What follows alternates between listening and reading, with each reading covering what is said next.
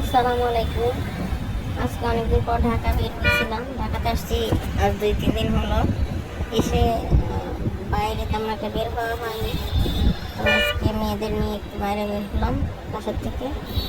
আসলে এখানে এসে ডক্টর দেখানোর কাজে ব্যস্ত হয়ে পড়ছিলাম।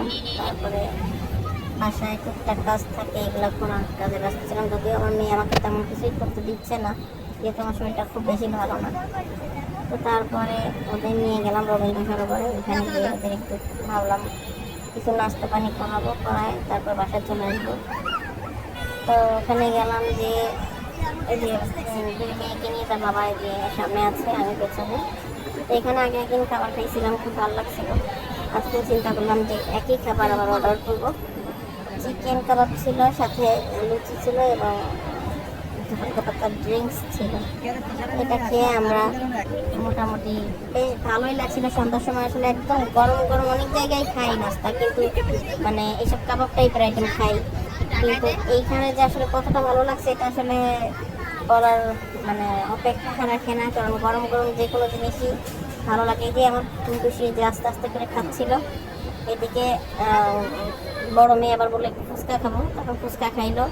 খেয়ে দিয়ে বেশ টাইম হয়ে গেছিল। তো এদিকে আমার একটু কেনাকাটা ছিল, সেটা করে রাখছিলাম, যার জন্য ওই জিনিসগুলো নেওয়ার জন্য আর কি একটু তাড়াতাড়ি আসতে হইলো। দশটার ভিতরে আমাদের ঢুকতে হবে।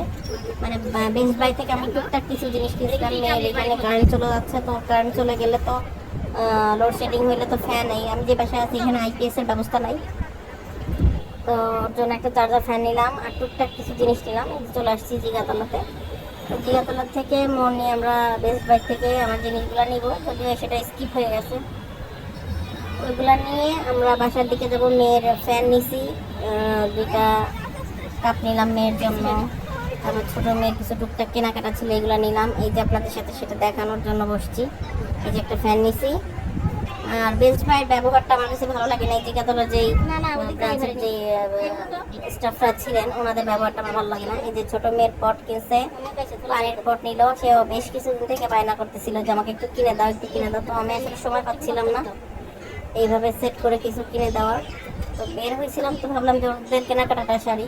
সুন্দর একটা কিউট টিফিন বক্স নিয়েছিল সে। তো নিয়ে সে খুব খুশি, সে মহা খুশি। আসলে তাকে অল্পতেই সন্তুষ্ট করা যায়। তো সবাই সবার বাচ্চাদের খুশি খুশি রাখার চেষ্টা করবেন, যার যার সাধ্য মতো।